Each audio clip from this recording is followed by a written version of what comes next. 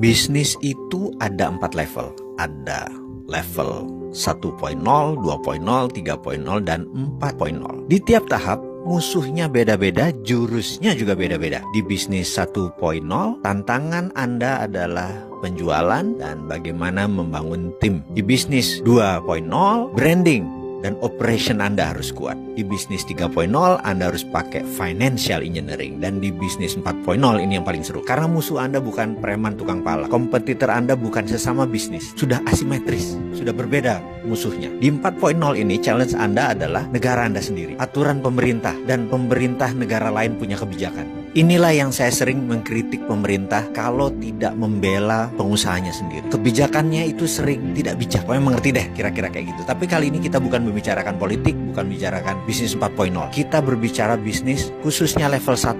Setuju ya? Karena apa? Karena 96% lapangan pekerjaan di Indonesia itu diserap oleh bisnis 1.0.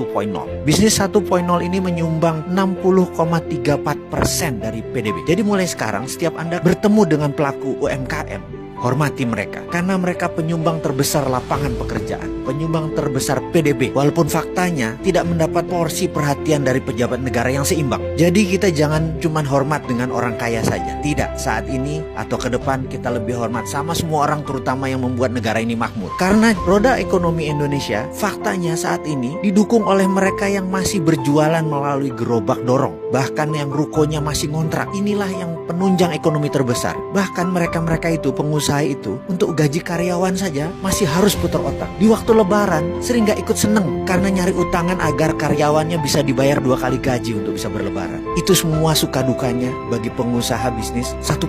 Menariknya, potensi UKM 1.0 di Indonesia itu ternyata terbesar bahkan di dunia. Sekarang kita menceritakan ada yang menarik dari UKM 1.0 yang diselenggarakan oleh sekelompok anak muda, sekelompok bocah-bocah Sontoloyo, namanya Mas Alfan. Mereka selama 6 tahun terakhir melakukan eksperimen yang breakthrough menurut saya. Setengah gila bahkan. Mereka seperti terlihat iseng, seperti terlihat main-main, seru-seruan, tapi bisnis mereka dari 0 tembus ke 1.0, 2.0, 3.0, 4.0 dalam waktu yang sangat cepat, tanpa funding asing, tanpa kapital dari bank. Di depan mata saya ada 11 bisnis yang mereka berhasil scale up. Bidang bisnis yang pun macam-macam. Ada fashion, otomotif, pendidikan, konveksi, properti, dan banyak lagi. Di depan mata saya penjualan tumbuh dari 5 miliar, 10 miliar, 50 miliar, dan bahkan sampai sekarang ini ada yang di atas 100 miliar. Mereka tuh hafal formula scale up. Buktinya ada proyek ke-11, ada proyek ke-12, proyek ke-13, semua modal nol. Tim baru, anak muda-muda, mereka sudah menemukan alkeminya scale up. Dan akhirnya saya paksa mereka untuk menulis formula tadi dalam buku.